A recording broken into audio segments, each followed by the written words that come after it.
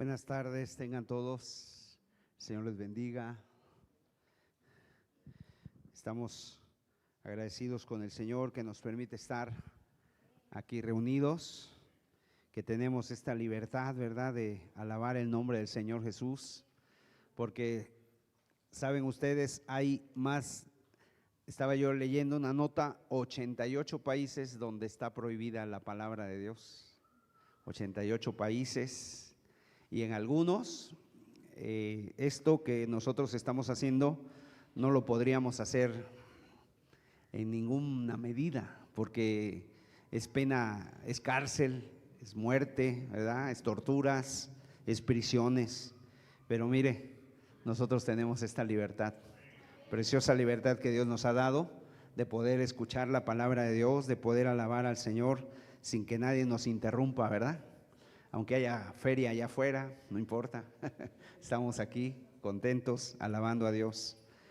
Hace unas semanas, de hecho está en el canal de transmisión de esta congregación, se llama Estudios Bíblicos del Lago, ustedes lo pueden buscar ahí en internet, en YouTube, y ahí aparecen los temas que se han estado compartiendo, para que usted los pueda volver a leer, a escuchar.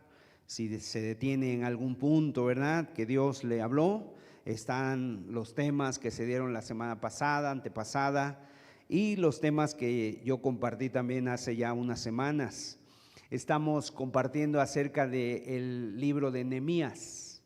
Nehemías fue un hombre muy importante en la historia del pueblo de Israel, porque fue un hombre que Dios utilizó para restaurar las murallas, para restaurar los muros de Jerusalén.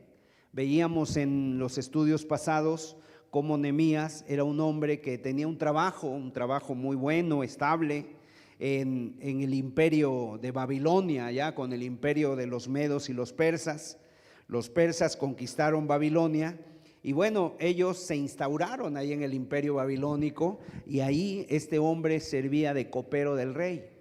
Y entonces, cuando le llega la noticia de que Jerusalén está destruida, de que Jerusalén está en ruinas, que los muros están caídos y las puertas quemadas, a él entra una carga en su corazón, y veíamos precisamente el tema acerca de edificar, cómo él se levantó para edificar, cómo él dejó comodidades, él tuvo misericordia, ¿verdad?, él oró.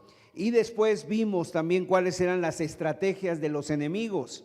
Las estrategias de los enemigos cuando vinieron ellos a restaurar los muros, entonces los enemigos se levantaron, no querían que se restauraran los muros, y ellos empezaron primero a hacer burla, ¿verdad? Empezaron a hacerles burla. Esto que ustedes hacen lo va a destruir una zorra, les decían, y también les empezaron a dar amenazas, los amenazaban.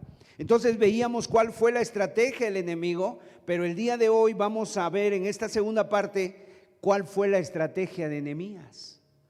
Así que vamos a leer con la ayuda de Dios el capítulo 4 de Nehemías. Es un pasaje un poquito largo, pero yo quiero que usted escuche con atención, va a estar apareciendo en la pantalla y vamos a leerlo para meternos en la escena, vamos a trasladarnos allá a esa época. Yo quisiera que pues por medio del Espíritu Santo y nuestra mente, ¿verdad?, nos trasladáramos a ese momento donde están reconstruyendo los muros. Dice así la Escritura: cuando oyó Sanballat que nosotros edificábamos el muro, se enojó y se enfureció en gran manera, e hizo escarnio de los judíos.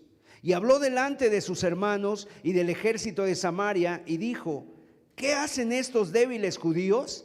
¿Se les permitirá volver a ofrecer sus sacrificios? ¿Acabarán en un día? ¿Resucitarán de los montones del polvo las piedras que fueron quemadas? Y estaba junto a él Tobías amonita, el cual dijo: lo que ellos edifican del muro de piedra, si subiere una zorra lo derribará.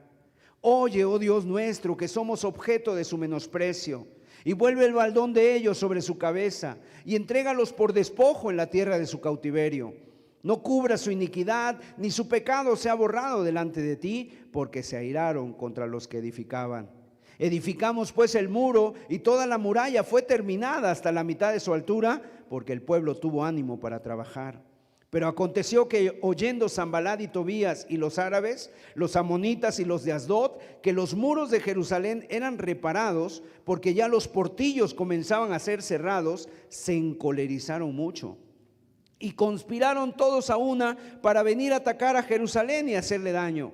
Entonces oramos a nuestro Dios, y por causa de ellos pusimos guarda contra ellos de día y de noche.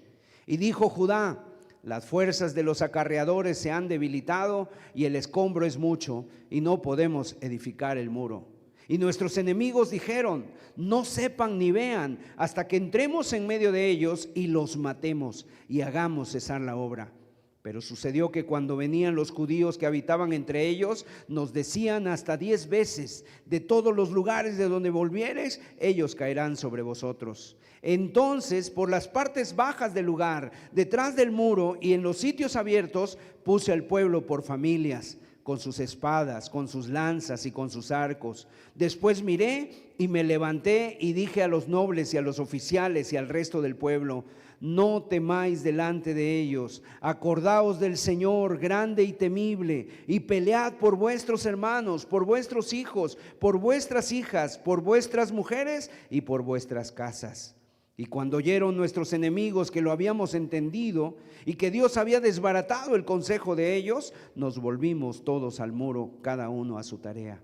Desde aquel día la mitad de mis siervos trabajaba en la obra, y la otra mitad tenía lanzas, escudos, arcos y corazas, y detrás de ellos estaban los jefes de toda la casa de Judá, los que edificaban en el muro, los que acarreaban y los que cargaban. Con una mano trabajaban en la obra, y en la otra tenían la espada, porque los que edificaban, cada uno tenía su espada ceñida a sus lomos, y así edificaban. Y el que tocaba la trompeta estaba junto a mí. Y dije a los nobles y a los oficiales y al resto del pueblo: la obra es grande y extensa, y nosotros estamos apartados en el muro, lejos unos de otros. En el lugar donde oyereis el sonido de la trompeta, reuníos allí con nosotros, nuestro Dios peleará por nosotros. Nosotros pues trabajábamos en la obra, y la mitad de ellos tenían lanzas desde la subida del alba hasta que salían las estrellas. También dije entonces al pueblo: cada uno con su criado permanezca dentro de Jerusalén, y de noche sirvan de centinela y de día en la obra. Y ni yo, ni mis hermanos, ni mis jóvenes, ni la gente de guardia que me seguía, nos quitamos nuestro vestido. Cada uno se desnudaba solamente para bañarse. Hasta ahí la lectura de la palabra de Dios. Vamos a hacer una oración. Padre, gracias porque abrimos tu palabra, Señor, y queremos que a través de ella, Señor, tú la utilices para hablarnos, para aplicarla a nuestras vidas. Tú sabes las circunstancias que cada uno vive, y tú sabes, Señor, que tú quieres edificar casa, tú quieres edificar las familias. Pero Padre, ayúdanos a entender por el Espíritu Santo tu palabra, Señor, en el nombre de Jesús. Amén, amén. Entonces les decía yo, el contexto es este. La ciudad está en ruinas, hay escombros por todos lados, hay murallas caídas, hay escombros, ¿verdad? El enemigo se está burlando, el enemigo, y Dios lo que hace es despertar a Nehemías, inquietarlo, y le dice: Nehemías, prepara el equipaje, la maleta, ¿verdad? Tómate, no sé, un autobús, o tómate algo, porque vas a ir a Jerusalén. Y Nehemías se presenta en Jerusalén, y llega a Jerusalén, y lo que ve a su alrededor, a su entorno, es la tristeza en el ambiente. Hay un ambiente de tristeza, de desolación. Ahí la gente sinceramente no se estaba preparando para celebrar fiestas, no se estaba preparando para celebrar nada. No había entusiasmo, no había ánimo. El diablo, por así decirlo, había arrasado con todo, y sobre todo con el ánimo de las personas. Entonces el trabajo de Nehemías en primer lugar fue levantar el ánimo del pueblo. Empezó a levantar el ánimo del pueblo, y cuando por fin consigue levantar el ánimo, entonces la gente empieza a trabajar. Empiezan a quitar escombros, quitando escombros, ¿verdad? Limpiando su calle, limpiando la salida de su casa. ¿Por qué? Porque una ciudad sin murallas obviamente no tenía paz, no tenía seguridad, no tenía absolutamente nada. Las murallas, decíamos, ofrecen paz, ofrecen seguridad, ofrecen poder. Y si no tenían esto, pues eran el hazmerreír de todos. O sea, cualquiera podía entrar a la casa, podía entrar a la ciudad, robarse lo que quisiera. Y Nehemías entonces empieza a levantar las murallas. Pero cuando los enemigos ven que él empieza a trabajar, obviamente ellos empezaron a decir: vamos por ellos. Estos no se van a salir con la suya. Estos los vamos a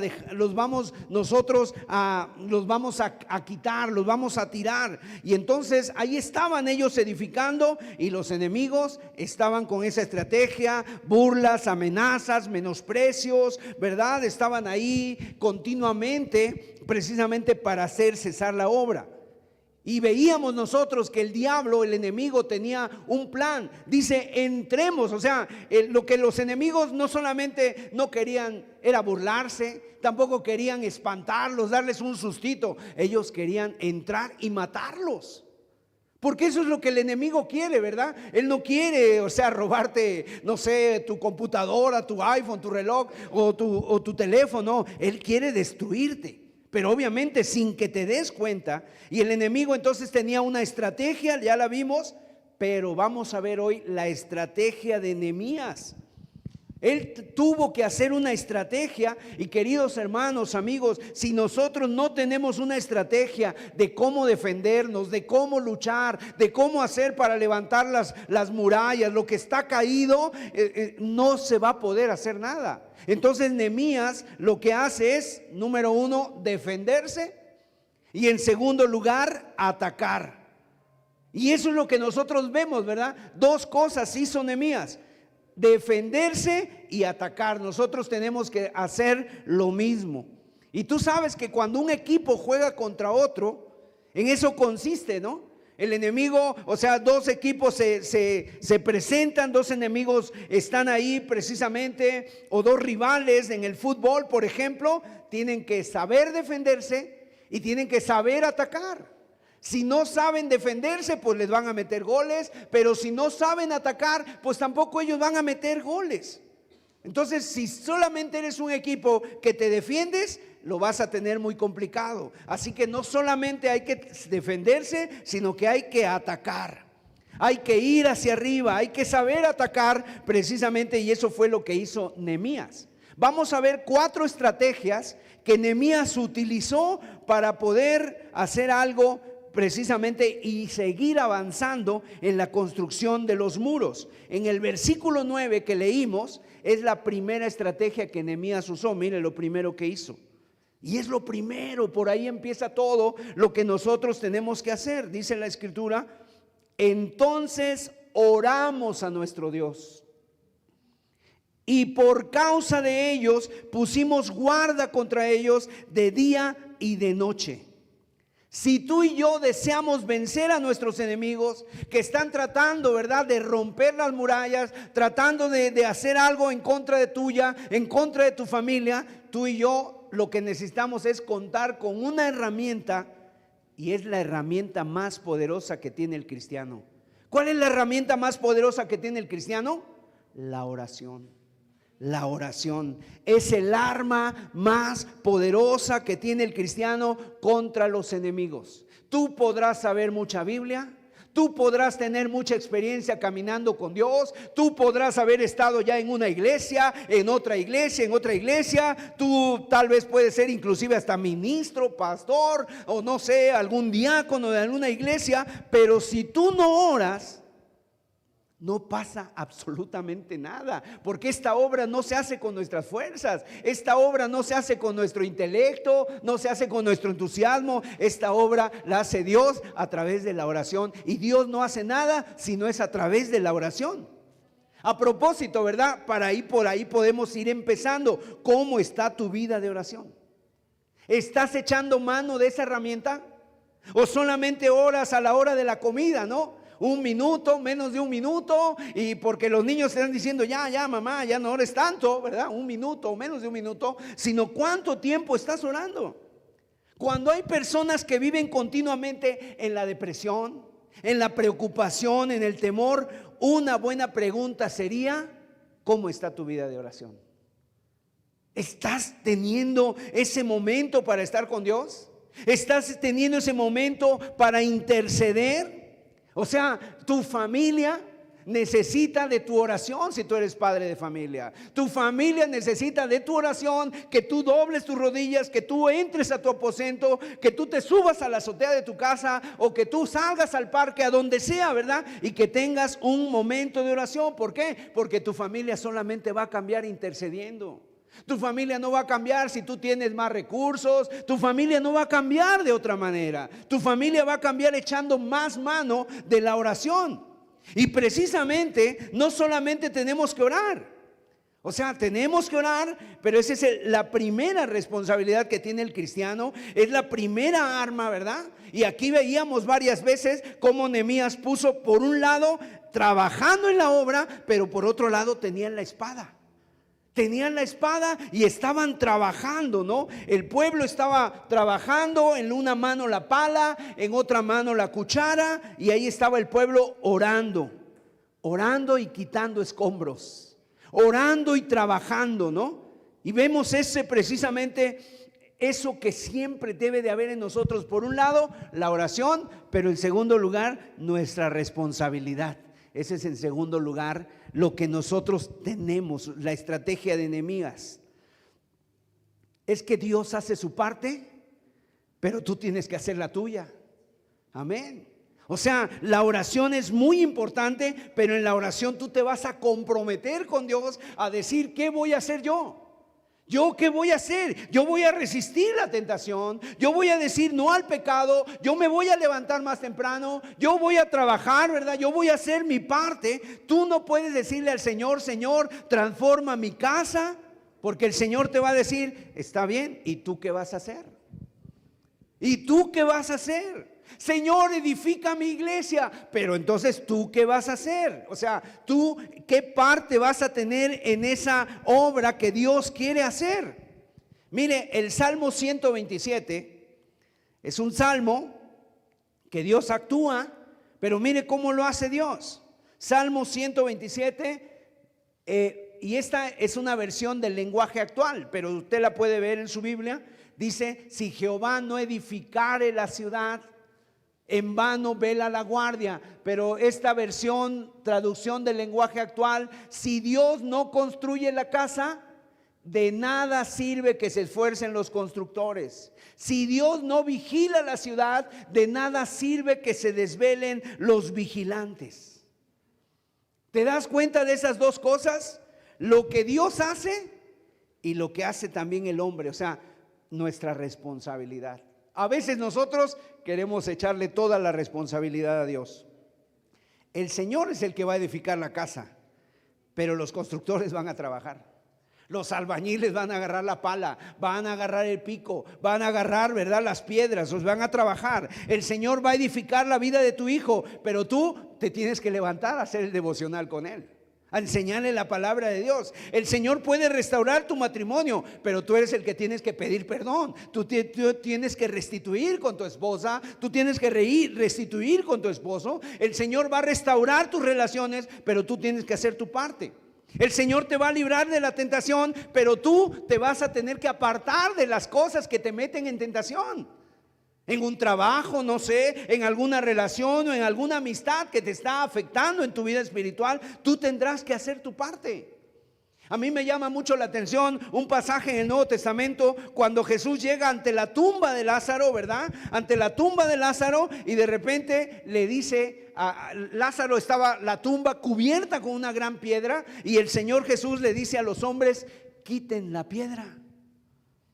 Y entonces después el Señor llama a Lázaro, ya que quitaron la piedra, y le dice, Lázaro, sal fuera. Y entonces viene Lázaro, todo así cubierto, ¿verdad? Con un sudario, ahí estaba cubierto, con vendas, y Lázaro sale, y Dios le regresa la vida, gloria sea a Dios.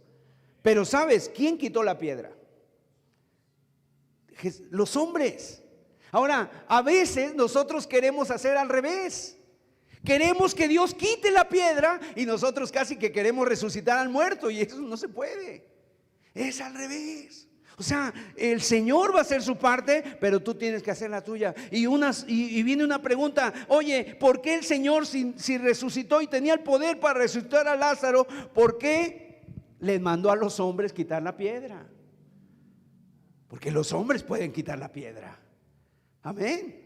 Porque tú puedes quitar cosas de tu vida, porque tú puedes dejar de ver, ¿verdad?, esas cosas que te hacen daño, porque tú puedes controlar tu carácter con la ayuda de Dios, porque tú puedes levantarte temprano. El Señor cuidando la ciudad, pero los trabajadores, realmente los trabajadores ahí velando, vigilando, a lo mejor hasta golpeándose o abriéndose los ojos para no quedarse dormidos. Ese es cómo Dios actúa. Así también con la hija de Jairo, ¿te acuerdas? Hay otra escena en el Nuevo Testamento donde Jesús llega a la casa de la hija de Jairo y dice la Escritura que esa niña había muerto. Jairo sale a buscar al Señor a la calle. ¿Y qué pasa? El Señor le dice a la niña unas palabras hebreas, talita cumi, y la niña se levanta y vuelve a la vida. Y después Jesús les dice: denle de comer. Porque el Señor no le dio de comer. Porque eso lo podemos hacer nosotros. Porque eso le podemos hacer nosotros. Así que si tú quieres que el Señor edifique tu familia, ¿verdad?, tienes que orar más de lo que has estado haciendo.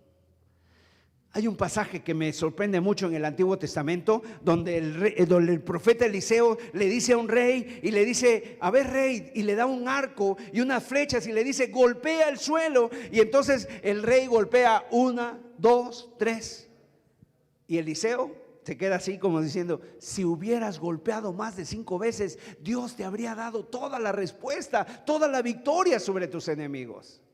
Porque a veces así somos nosotros. Ay, ya oré una vez, ya oré 2 veces y no pasa nada. Pues tienes que orar 5. Y si has orado 5, tienes que orar 10. Y si has orado 10, tienes que orar 15. Porque el Señor es fiel.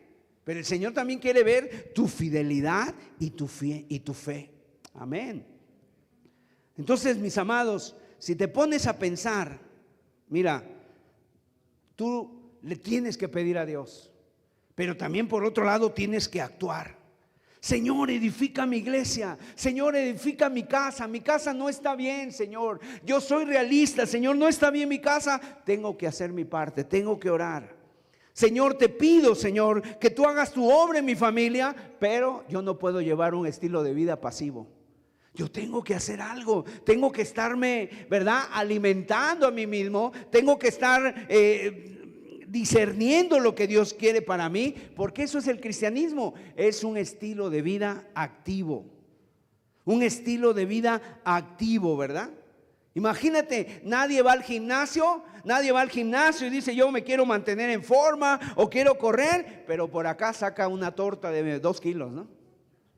Nadie hace eso. Sino que una persona va ahí, va a sudar, ¿verdad? La va a pasar mal 1 hora, media hora, pero se va a guardar de ciertas cosas. ¿Para qué? Para que tú puedas ir avanzando. En el cristianismo así pasa. Hay que tomar la cruz. Hay que esforzarse, hay que luchar. La Biblia dice: esfuérzate y sé valiente, le dijo el Señor hasta en 3 ocasiones a Josué.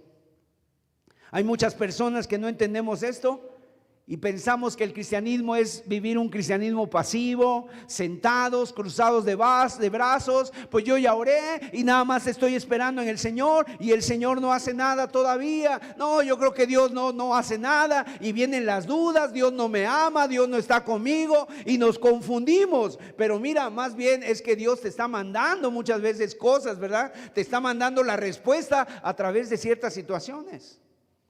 Yo no sé si tú sepas aquella anécdota de un hombre que se había inundado el pueblo, y el hombre estaba ahí agarrado de un árbol, y el agua subía y subía y subía, y de repente: Dios, ayúdame, Señor, manda tu ayuda. Y vino ahí una lancha y le dijo: vente, hombre, súbete. Y él dijo: no, es que yo estoy esperando que Dios me salve, ¿no? que Dios me salve. Y luego así, hasta que vino un helicóptero, también le dijo, ya hombre, súbete, porque ya el agua le estaba llegando ya a las ramas. Y el hombre dijo, no, estoy esperando que Dios me ayude, estoy esperando que Dios me salve. Finalmente ese hombre se ahogó. ¿Por qué? Porque Dios le había mandado la ayuda, pero él no la había agarrado. Mire, hay un ejemplo en la Biblia. Vamos a ver a Job capítulo 1, verso 5. Mira lo que hace Job. No solo los domingos, sino todos los días. Job 1:5. Y acontecía que habiendo pasado en turno los días del convite, Job enviaba y los santificaba, y se levantaba de mañana y ofrecía holocaustos conforme al número de todos ellos, porque decía Job: quizá habrán pecado mis hijos y habrán blasfemado contra Dios en sus corazones. De esta manera hacía, ¿cuándo Job? Cada sábado, cada domingo, todos los días. Ve cómo Job estaba edificando su casa todos los días. Ahora, ¿qué está sucediendo? Lo que pasa es que Job tiene 10 hijos. Él no sabe lo que están haciendo sus hijos en sus casas. La Biblia dice es que ellos hacían fiestas. Era una familia que tenía mucho dinero, hacían fiestas. Ahora, no sabemos si sus hijos estaban en el Señor, ¿verdad? No sabemos si ellos tenían temor de Dios, pero lo que hacía Job, eso sí sabemos, es que él se levantaba cada mañana, le decía al Señor y le daba este sacrificio y le decía: este cordero, este sacrificio, Señor, yo te lo entrego por mi hijo. Y Señor, te pido perdón por si pecaron, te pido perdón por sus pecados, te ruego que tengas misericordia. Y mira, amados, aquellos que tenemos hijos, y sobre todo si ellos no han seguido a Cristo, no han nacido de nuevo, ¿verdad? O inclusive si ya son cristianos, ¿qué tenemos que hacer nosotros por ellos todos los días? Estar orando, estar pidiéndole al Señor, ¿verdad? Estar pidiéndoles al Señor, preguntarles cómo están, ¿verdad? Decirles cómo están, pero no es tanto: ay, hermano, yo les preparo el desayuno todos los días. Está bien, pero tienes que orar, tienes que interceder. ¿Estás orando por tus hijos todos los días? O sea, si tú no lo estás haciendo, mira, los enemigos, tú sabes, los enemigos no descansan. Los enemigos no descansan. Él viene, dice la Biblia en Juan 10:10, dice que el enemigo viene para hurtar, matar y destruir. Él quiere arrasar con la vida de tus hijos. Y el día que tú no ores por ellos, los enemigos no descansan, no están de vacaciones. Ellos están haciendo su trabajo y su obra. Y necesitamos orar mucho. A veces en las madrugadas. Yo les soy honesto. Dios a veces me despierta en las madrugadas y lo primero que viene a mi mente son mis hijos, ¿no? Y ahora mis nietos. Señor, ayúdalos. Señor, guárdalos. Señor, fortalécelos. Señor, dale sabiduría. Señor, líbralos, Señor. Y yo no sé, ¿verdad?, qué esté pasando, pero yo les pido al Señor: ayúdalos, Señor.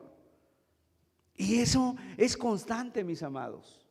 Necesitamos nosotros constantemente hacer. Mateo 26:41, miren lo que dijo el Señor.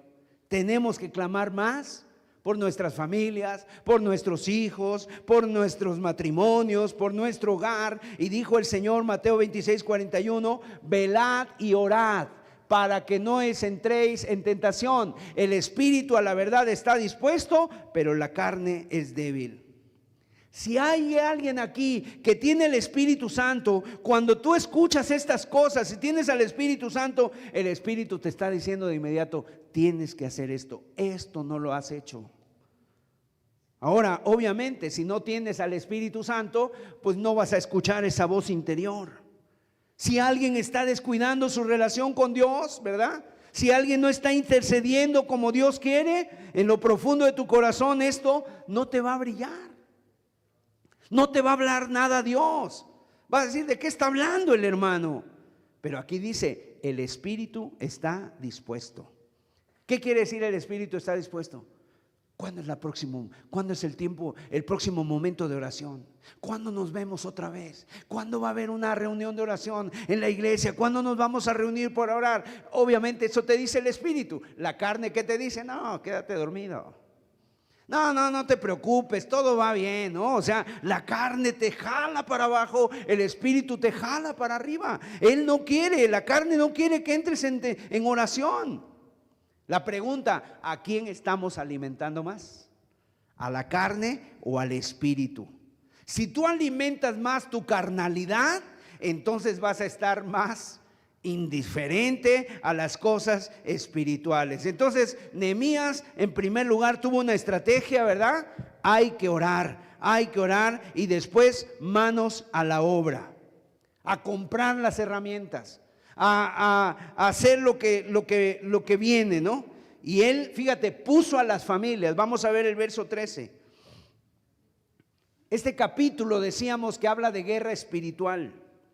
En el versículo 13 dice: entonces por las partes bajas del lugar, detrás del muro y en los sitios abiertos, puse al pueblo por familias con sus espadas, con sus lanzas y con sus arcos. O sea, Nehemías sabía que parte de las murallas no estaban terminadas y entonces les dice: por aquí van a entrar. Por aquí van a entrar. Así que, ¿qué hizo Nehemías? Donde había partes bajas, donde todavía no estaban los muros terminados, donde había aberturas, ahí puso a las familias, ahí puso había que cuidar. Y entonces les dijo: tenemos lanzas, tenemos espadas, tenemos arcos, tómenlas y protejan esta parte. ¿Qué quiere decir? Protegió las partes vulnerables de las murallas. Acompáñame al verso 16. Desde aquel día, la mitad de mis siervos trabajaba en la obra y la otra mitad tenía lanzas, escudos, arcos y corazas. Y detrás de ellos estaban los jefes de toda la casa de Judá. Verso 17. Los que edificaban en el muro, los que acarreaban y los que cargaban, con una mano trabajaban en la obra y en la otra tenían la espada. Porque los que edificaban, cada uno tenía su espada ceñida a sus lomos, y así edificaban, y el que tocaba la trompeta estaba junto a mí. Verso 21, nosotros pues trabajamos en la obra, y la mitad de ellos tenían lanzas desde la subida del alba hasta que salían las estrellas. ¿Sí? Tenían sus lanzas, tenían sus espadas. Estamos en una batalla espiritual y si no echamos mano de las herramientas espirituales, no vamos a tener victoria. Esa fue la tercera estrategia de Nehemías. Usar las armas que el Señor te ha dejado. Tú tienes que usar las armas que el Señor te ha dejado. ¿Cuáles son las armas que el Señor nos ha dejado? Mira, Efesios capítulo 6, verso 10. Aquí vamos a ver las armas. Ya vimos nosotros que nosotros somos vulnerables, que somos débiles, que eres débil y que no debes de confiar en tu fuerza ni en tu prudencia, que tienes que fortalecerte en tu fuerza, que esta es una batalla espiritual, que no se gana con fuerza física. ¿Por qué? Porque nosotros tenemos que ir al que sí tiene poder. Amén. Al que sí puede vencer. Y dice Efesios 6:10: por lo demás, hermanos, hermanos míos, fortaleceos en el Señor y en el poder de su fuerza. Verso 11: vestíos de toda la armadura de Dios para que podáis estar firmes contra las acechanzas del diablo. Porque no tenemos lucha contra sangre y carne, sino contra principados, contra potestades, contra los gobernadores de las tinieblas de este siglo, contra huestes espirituales de maldad en las regiones celestes. Pablo está muy consciente y él sabe que el enemigo está constantemente atacando. Y Pablo le dice a la iglesia de Éfeso y nos dice a nosotros: si te descuidas, si no echas mano de las herramientas, de las armas que Dios te ha dado, el enemigo te va a derribar. Tu lucha no es contra personas. A veces nosotros la agarramos contra personas. Es que mi esposo ya no lo aguanto. Es que mi esposa ya me cayó mal, ¿no? O sea, y empiezas tú a pelear contra personas pensando que eso es tu enemigo. Y entonces nos enojamos contra las personas y empiezas a guardar rencor, resentimiento, te amargas, le dejas de hablar, Pero detrás de todo eso, ¿sabes quién está? El enemigo, que está metiendo un montón de cosas en tu corazón, y ese poquito entusiasmo y ese poquito ánimo y esa llamita que Dios estaba encendiendo en tu vida, otra vez se viene para abajo, y es como si el diablo le soplara, ¿no? Y se apaga. Verso 13: por tanto, tomad toda la armadura de Dios para que podáis resistir en el día malo, y habiendo acabado todo, estar firmes. Nosotros tenemos que proteger nuestras vidas, nuestras familias, echando mano de toda la armadura que Dios nos ha dejado. ¿Y cuál es esa armadura? Ya lo vimos. Verso 14: estad pues firmes, ceñidos vuestros lomos con la verdad, vestidos con la coraza de justicia, calzados los pies con el apresto del evangelio de la paz. Sobre todo tomad el escudo de la fe, con que podáis apagar todos los dardos de fuego del maligno, y tomad el yelmo de la salvación y la espada del Espíritu, que es la palabra de Dios. O sea, si no te pones toda la armadura, no vas a poder defenderte de todas las situaciones que se están presentando en tu día a día. Tu hijo no necesita, ¿verdad? Tu hijo no necesita unos tenis nuevos.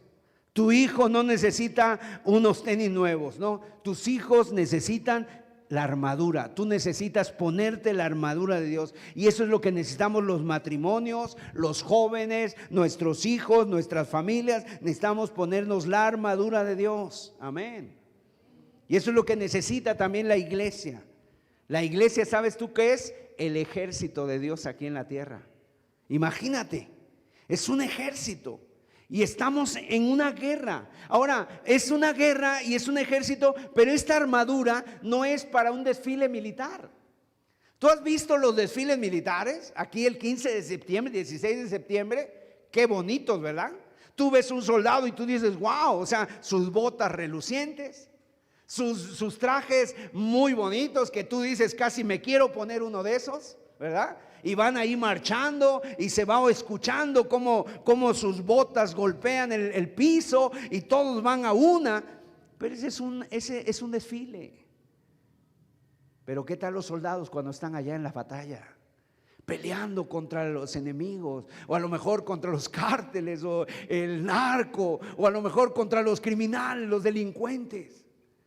Ahí es la verdadera batalla. A eso se refiere el apóstol Pablo. No que digas, ay, yo me pongo la armadura, hermano, y cada día me la estoy cepillando y me la estoy limpiando y está reluciente. No sirve de nada si no entramos al campo de batalla, al campo de acción. ¿Está comprendiendo?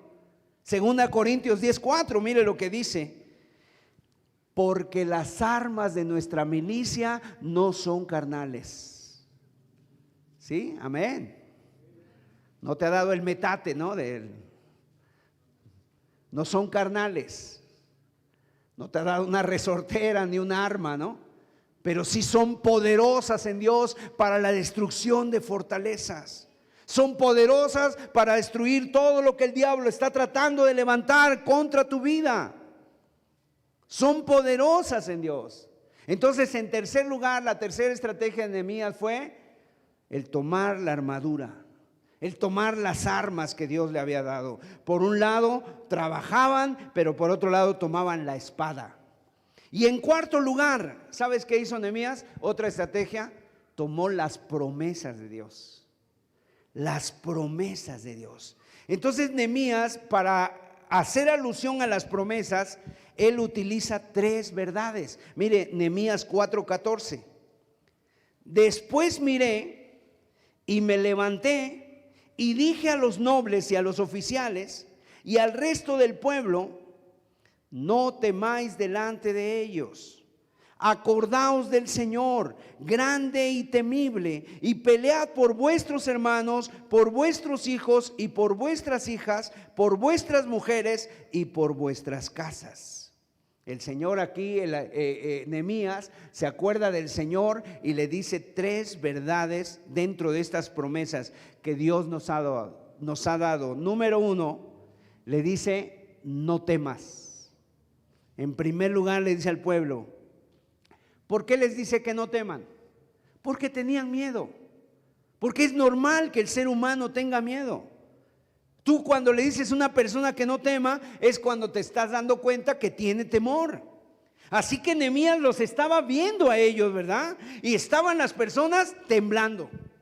Estaban las personas ahí temblando, algunos estaban angustiados, se agarraban las manos, se las frotaban, así tenían noches sin dormir, estaban ya cansados, con ojeras, porque estaban temerosos. Ahora la pregunta que viene a nuestra vida: ¿puede un cristiano tener temor?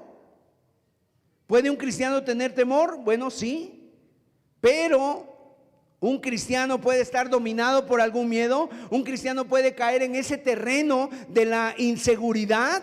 Un cristiano puede caer en la ansiedad. Sí, la respuesta es sí. De hecho, el ser humano, ¿verdad? Desde el Génesis tenemos miedos, tenemos temores. ¿Te acuerdas de Adán y Eva? Ellos no tenían miedos. Ellos estaban libres, ellos eran libres de todo, pero dice la Biblia que cuando desobedecen, tanto Adán como Eva se cubrieron, y luego dice que se avergonzaron, y dicen que cuando el Señor vino le dijo: Adán, ¿dónde estás tú? Y él ¿qué pasó? Se escondió. ¿Por qué te escondes, Adán? Porque tuve miedo. ¿Cuál es el origen de nuestros miedos? El pecado, el habernos alejado de Dios. Por eso hay temor en tu casa.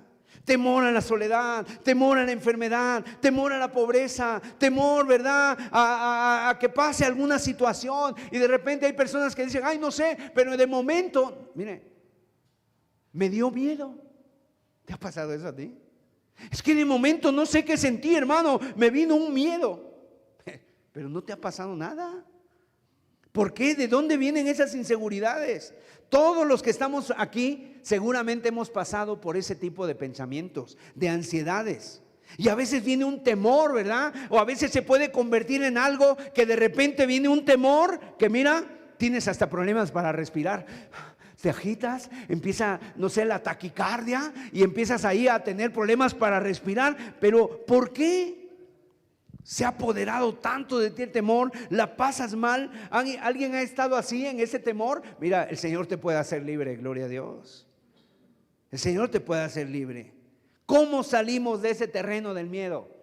Escuchando la voz del Señor, escuchando la palabra de Dios. Nehemías le dijo al pueblo: no temas. Y el Señor nos dice a nosotros también: no temas, gloria a Dios, no temas. Alguien ha dicho que esta frase de no temas se repite en la Biblia 365 veces. Algunas otras personas dicen que no es verdad, que por lo menos, que máximo hay 126 ocasiones donde la Biblia dice no temas. Y bueno, yo estoy de acuerdo con ellos. ¿Por qué? Porque algunos dicen: no, es que son 365 veces para cada día del año. Pero si es un año bisiesto. Ahora, aunque no lo diga la Biblia, aunque no lo diga 365 veces, Él es el mismo ayer, hoy y por los siglos. Y el Señor es fiel. Y Él todos los días puede estar con nosotros, y todos los días nos puede decir en el fondo de nuestro corazón: no temas, amén. No temas, no temas. Y esa es la medicina que el cristiano necesita tomarse todos los días. Señor, no voy a tener miedo. Señor, voy a estar confiado. Señor, yo confío en ti, Señor. Tú estás conmigo, Señor. ¿De qué temeré? Si tú estás conmigo, ¿de qué temeré? No temeré lo que me pueda hacer el hombre. Aunque ande en valle de sombra de muerte, tú estarás conmigo, y tu vara y tu callado me infunden aliento, gloria a Dios. Y tú le puedes decir a tu alma: no voy a tener miedo. Y mañana de la misma manera se lo dices al Señor. Y el martes igual. El Señor sabe que todos los que estamos aquí luchamos con muchos temores. Y la raíz de nuestros temores es esa falta de confianza en el Señor.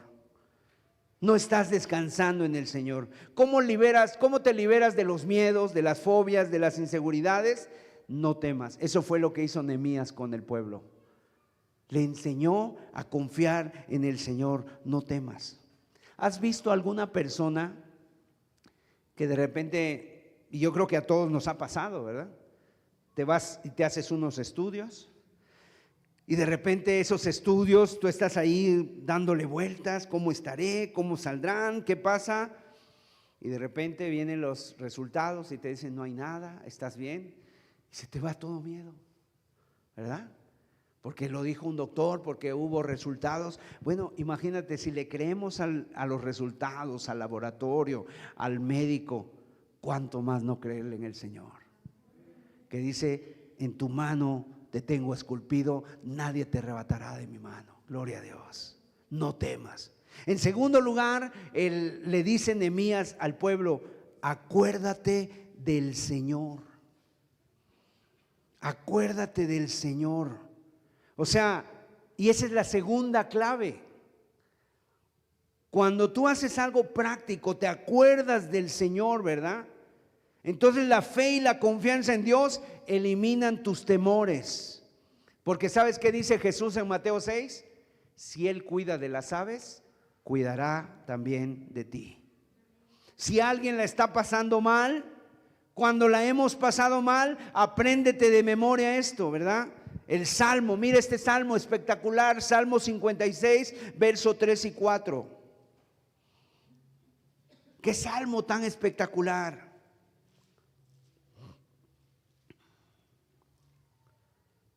En el día que temo, ¿qué dice?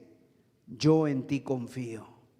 En Dios alabaré su palabra, en Dios he confiado, no temeré. ¿Qué puede hacerme el hombre? Gloria a Dios. ¿Por qué dice eso? Porque hay días en que hay temor. Pero aquí podemos ver que podemos pasar temores, sí. Pero en el día que tengo miedo, en el día que tengo temor, dice, yo en ti confío. Amén. Yo en ti confío. Y como he confiado en Dios, como ya he confiado en Dios, dice el texto, pues no temeré lo que me pueda hacer el hombre. Qué espectáculo para el alma, dice. Jesús nos enseñó a decir también, no temas al que mata el cuerpo, porque después ya nada puede hacer. ¿A quién debemos temer? Al que después de haber quitado la vida tiene el poder de echar en el infierno. ¿Quién es ese? Es Dios. El hombre, lo más que puede hacernos es quitarnos la vida, pero el Señor es la vida eterna. El Señor es la vida eterna. Yo no voy a temer. Otro salmo, Salmo 27, verso 1. Jehová es mi luz y mi salvación. ¿De quién temeré? Jehová es la fortaleza de mi vida. ¿De quién he de atemorizarme? Estos textos no solamente son bonitos, estos textos no solamente son para ponerlos en tu refrigerador. Estos textos hay que creerlos, hay que vivirlos. Salmo 118, verso 6. Jehová está conmigo, no temeré lo que me pueda hacer el hombre. Ve cómo se repite otra vez. ¿Cuántas veces a veces tenemos miedo al hombre? Y el Señor dice, pero yo estoy contigo. Yo estoy contigo. Recuerdo haber leído una anécdota de unos marineros que iban en un barco en alta mar, y entonces de repente vino una tormenta y uno de los marineros cayó al mar y naufragó, ¿verdad? La tempestad era grande y él, ¿sabes qué? Fue nadando como pudo en medio de esa tormenta. Un milagro sucedió ahí y de repente encontró una roca donde él se agarró a esa roca, a una roca. Y cuando llegaron otros barcos, ya que había pasado la tormenta, llegaron y vieron al náufrago y le preguntaron, oye, ¿pasaste miedo? ¿Pasaste miedo? Y él decía, mucho, temblé. Estaba lleno de miedo, pero la roca no se movía, la roca estaba firme. Así también es nuestra confianza en Dios. Nosotros podemos temer. David decía, cuando mi corazón desmaye, llévame a la roca que es más alta. Porque la roca, mis amados, no se mueve y la roca es Cristo Jesús. Y tú puedes pasar toda la noche llorando sobre la roca, yo toda la noche sin dormir, pero ahí está la roca no se mueve. Yo tiemblo, pero la roca no. Y dice la palabra de Dios que nuestra roca es Cristo Jesús el Señor. Salmo 18, verso 2, otro salmo. Jehová, roca mía y castillo mío, y mi libertador, Dios mío, fortaleza mía, en Él confiaré, mi escudo y la fuerza de mi salvación, mi alto refugio. Nuestro Dios es una roca, pero mucha gente no tiene esa roca. Solo seremos libres cuando nos echamos sobre esa roca. Dice la Biblia que esa roca es Cristo, y esa roca, si cae sobre algunos, los despedaza, pero si otros se mantienen en ella, entonces la roca no se mueve. Mis amados, Dios es y Dios está. Dios está aquí con nosotros. Cuando yo estoy aún en medio de la ansiedad, yo empiezo a recordar quién es Dios, a qué Dios me estoy acercando. Mi refugio, mi libertador, mi roca, mi salvación. Y ahí me quedo llenando mi mente, mi corazón con esas verdades. Señor, tú estás en mi hogar, tú estás en mi vida, tú me has salvado, tú me has librado, Señor. Dice la Biblia en el Salmo 121, no se dormirá ni se adormecerá el que guarda a Israel. Y en tercer lugar, otra verdad que Nehemías le dijo al pueblo: pelea. Primero, acuérdate del Señor. Primero le dice no temas. En segundo lugar, acuérdate del Señor. Y en tercer lugar, pelea. Otra vez volvemos a lo mismo, ¿verdad? Tú pelea. El cristiano no es una vida pasiva, es una vida activa. Nosotros estamos, y es hora de levantarnos a pelear contra los enemigos. Tienes que pelear por tu vida, por tu alma, por tu familia, por tus hijos, por tu matrimonio. Pelead, y aquí el Nehemías le dice: pelead por vuestras mujeres, por vuestros hijos, por vuestras familias. Tenemos que estar peleando, tenemos que tomar nuestro lugar. Y mire el apóstol Pablo cómo termina su diario, 2 de Timoteo 4:7. He peleado, ¿qué dice? La buena batalla. Esto es lo que nosotros debemos de decirle al Señor cuando estemos con Él. Señor, tú has hecho tu parte, tú me has guardado, tú me has dado herramientas, pero yo he peleado. ¿Alguien ha estado peleando aquí? Yo he acabado la carrera, yo he corrido, Señor, pero tú eres el que me has guardado, tú eres el que me has dado la gracia, la victoria. Y él estaba vestido como un soldado de Cristo. Así que, amados, yo quiero terminar este pasaje, quiero terminar esta predicación leyendo este pasaje. Miren, Nehemías 4, 19 al 20. Y dije a los nobles y a los oficiales y al resto del pueblo: la obra es grande y extensa, y nosotros estamos apartados en el muro, lejos unos de otros. En el lugar donde oyeres el sonido de la trompeta, reuníos allí con nosotros, nuestro Dios peleará por nosotros. Amén.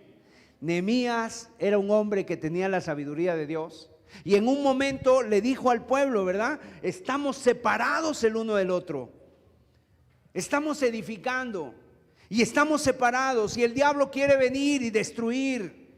Entonces, para cubrir esa área, lo que yo acabo de edificar, que no se venga al suelo, entonces Nehemías le dijo: tenemos que hacer una estrategia. Y sabes, les dio una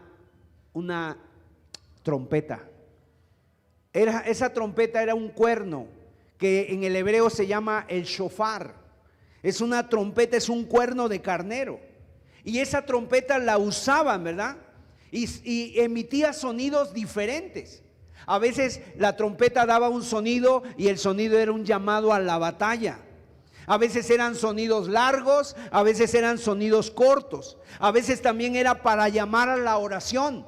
Se llamaba la oración con el shofar, se llamaba para que el pueblo se reuniera, y había un toque también de trompeta que significaba: el enemigo viene. Yo no sé cómo era ese sonido, pero seguramente tú has escuchado el sonido cuando van a la batalla los soldados, ¿no? Esa trompeta que así un sonido que llama a la batalla. Y bueno, así también Nehemías les dijo: el pueblo está separado, vamos a tocar la trompeta. Y cuando tú escuches la trompeta, tú reúnete con tus hermanos. Entonces, mis amados, ¿qué quiere decir esto? Que nosotros debemos estar escuchando, debemos estar apercibidos donde alguien suena la trompeta. ¿Qué quiere decir sonar la trompeta? Pedir ayuda. Habla, pide ayuda. ¿Tienes alguna necesidad? Pide ayuda. Si alguien está sufriendo, toca la trompeta. Si alguien está padeciendo, toca la trompeta. Y mira, los hermanos estaremos dispuestos para ir por ti, gloria a Dios. Para que haya esa unidad. Alguien está sufriendo, pues vamos a levantarnos en oración por ese hermano. Vamos a hacer la obra por ese hermano. Si el hermano está pasando por alguna necesidad, pues podremos reunir fondos, ¿verdad? Podremos juntar alguna ofrenda para apoyar a ese hermano. Si alguien está enfermo, podremos ir a visitarle. Si alguna persona está así, ¿verdad? Nadie va a estar solo cuando venga el sonido de la trompeta. Obviamente, ¿qué tienes que hacer tú? Sonar la trompeta. Porque hay personas que dicen, ay hermano, pues nadie vino a verme, pero nunca sonaste la trompeta. Nunca dijiste, nunca lo expusiste, nunca lo diste a conocer. Tú debes de tocar la trompeta. Amén. Y es que, hermano, alguien puede decir, hermano, yo he tocado la trompeta muchas veces y nadie viene. Puede suceder eso también, que a lo mejor suene la trompeta y nadie venga, pero mira, el Señor sí va a estar ahí a tu lado.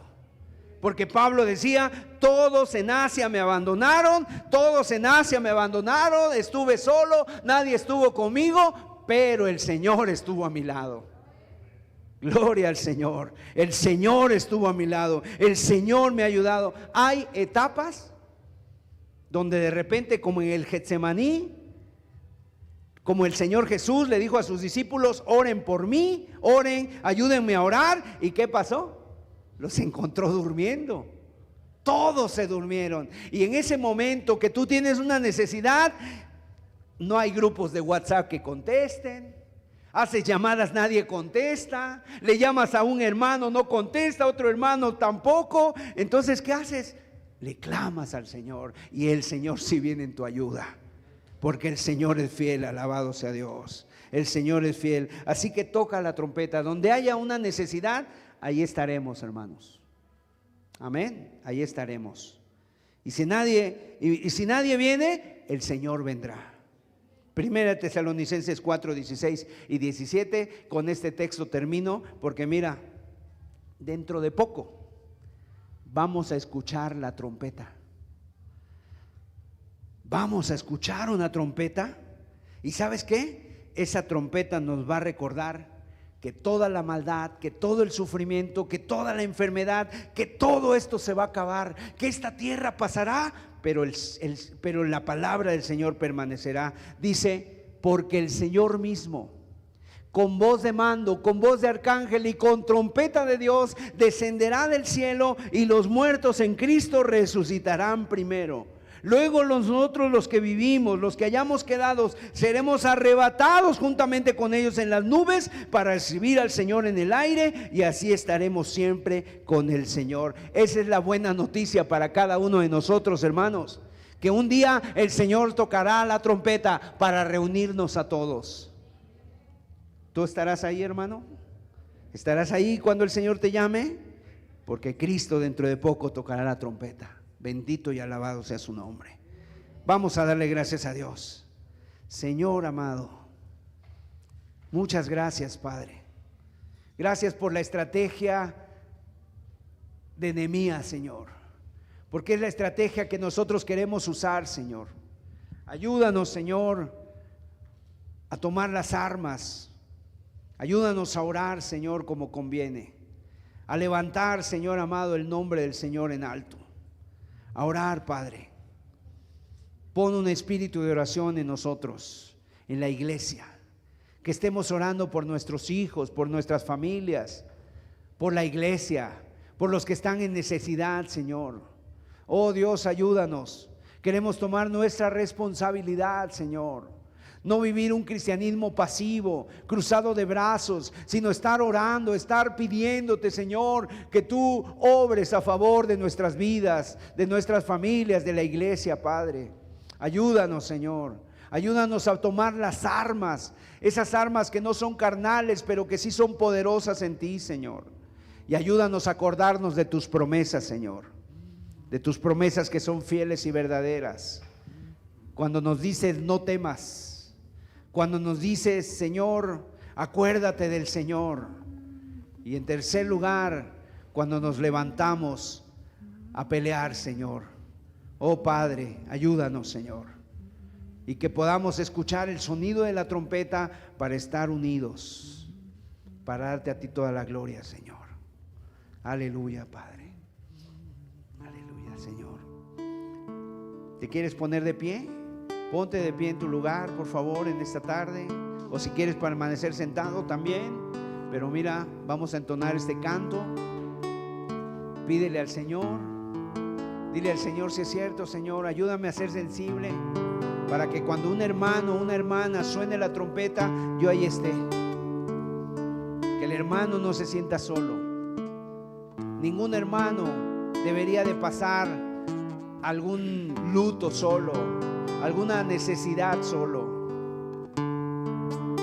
Ningún hermano debería de sentirse solo. Yo sé que el Señor está con nosotros, pero también que se sienta el calor del hermano, el abrazo del hermano, la mano del hermano en el hombro, porque el Señor está con nosotros.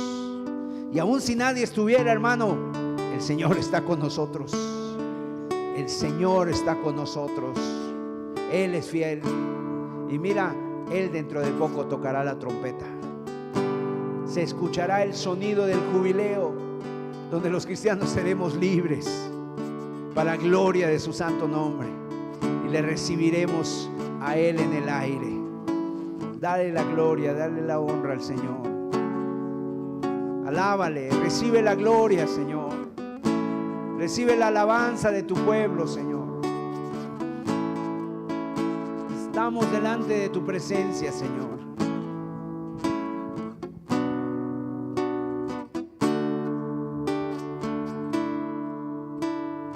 Como el ciervo brama por las aguas, así clamo por ti, Señor. Mi alma tiene sed de Dios, del Dios vivo, del Dios de mi salvación.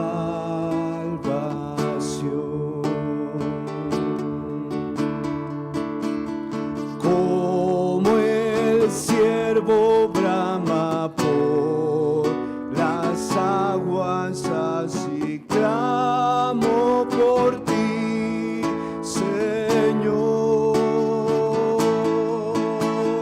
Mi alma tiene sed de Dios, del Dios vivo, del Dios de mi salvación.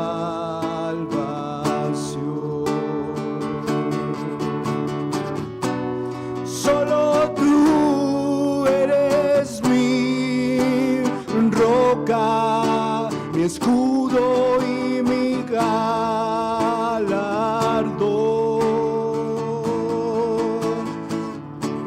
Solo tú eres mi deseo y te adoro solo a ti. Aleluya. Solo tú eres mi roca, mi escudo y mi galardón.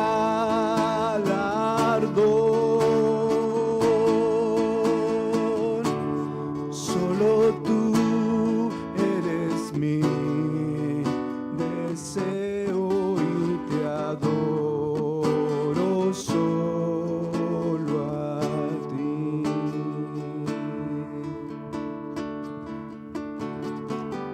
Vamos en esta tarde a hacer juntos una oración. Vamos a levantar una oración por nuestras familias. Ora por tu familia, tus hijos, tus nietos, tus hermanos, tus padres. Ora por ellos. Oremos, hermanos. Ora por tus hijos. Job decía: yo no sé si habrán pecado, yo no sé si habrán blasfemado el nombre de Dios, pero tú sí lo sabes, Señor. Señor, te pedimos por nuestras familias, Señor. Amén. Te pedimos por nuestros hijos, por nuestros padres, por nuestros hermanos. Oh Señor amado, tú los conoces. Tú sabes dónde se encuentran ahora mismo, Señor. Donde quiera que estén, Señor, guárdalos, Señor. Amén. Bendícelos, Señor.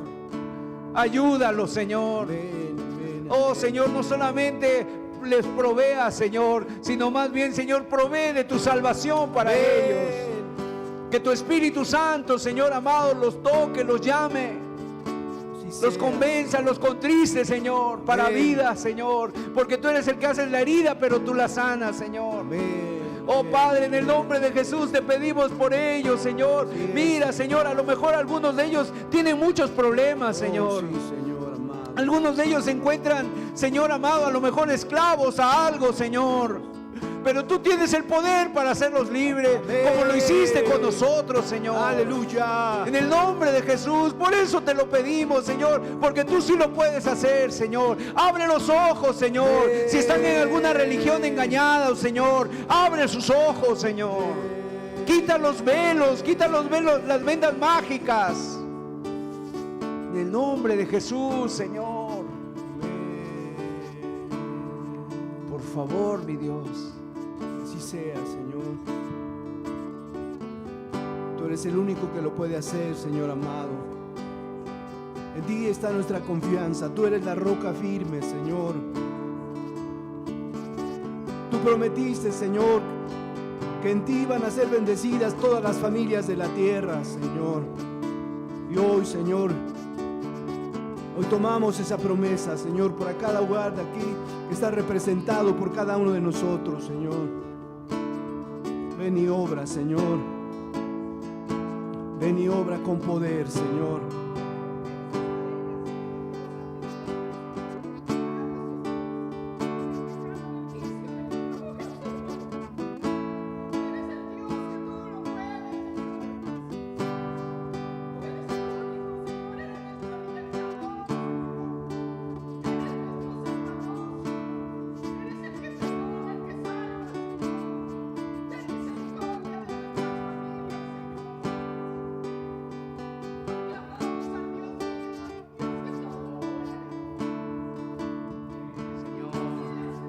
Te pedimos por aquel que esté sonando la trompeta, Señor, hoy, Dios. Los que están enfermos, los que están necesitados, Señor. Acércate a ellos, trae sanidad, trae poder, Señor, de lo alto, Señor. Trae libertad, Señor. En el nombre de Jesús, Señor. Tú dijiste que venías a sanar a los quebrantados de corazón, a dar vista a los ciegos, a liberar al cautivo, Señor. Eso es lo que queremos pedirte en esta noche, Señor. Tú dijiste que a eso venía, Señor. Hazlo, Señor. Hazlo real, Señor, en sus vidas. Amén, Señor. Así sea, Señor.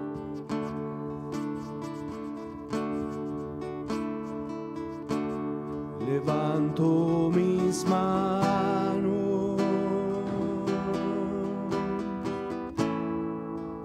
aunque no tenga fuerzas.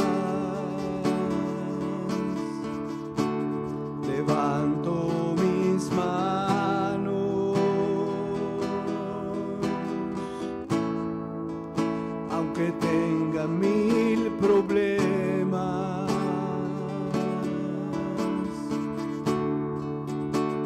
Levanto mis manos, aunque no tenga fuerzas. Levanto mis manos,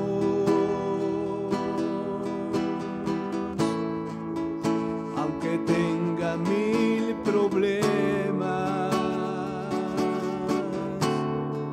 Cuando levanto mis manos, comienzo a sentir una unción que me hace cantar. Cuando levanto mis manos, comienzo a sentir el fuego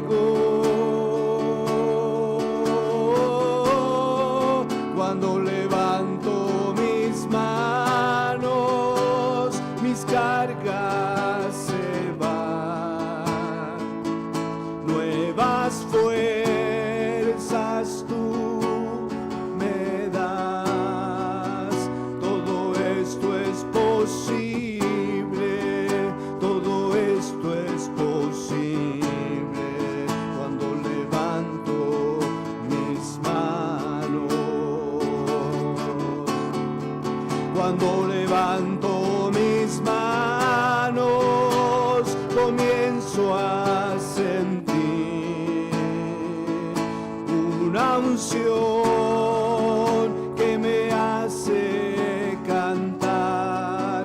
Cuando levanto mis manos, comienzo a sentir el fuego. Cuando levanto mis manos, mis cargas se van. Nuevas fuerzas tú me das. Todo esto es posible. Todo esto es posible cuando levanto mis manos. Todo esto es posible, todo esto es posible cuando levanto mis manos.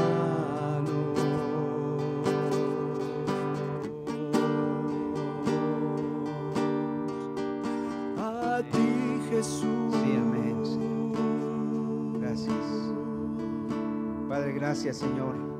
Pedimos que tú selles esta palabra en nuestros corazones por tu Espíritu Santo, Señor. Que se sigan edificando nuestras familias en la roca inamovible de los siglos. Gracias, Señor. Amén. Amén. Amén. Que Dios les bendiga a todos. Que el Señor les guarde. Que tengan excelente inicio de semana. Estamos para servirles. Dios les bendiga.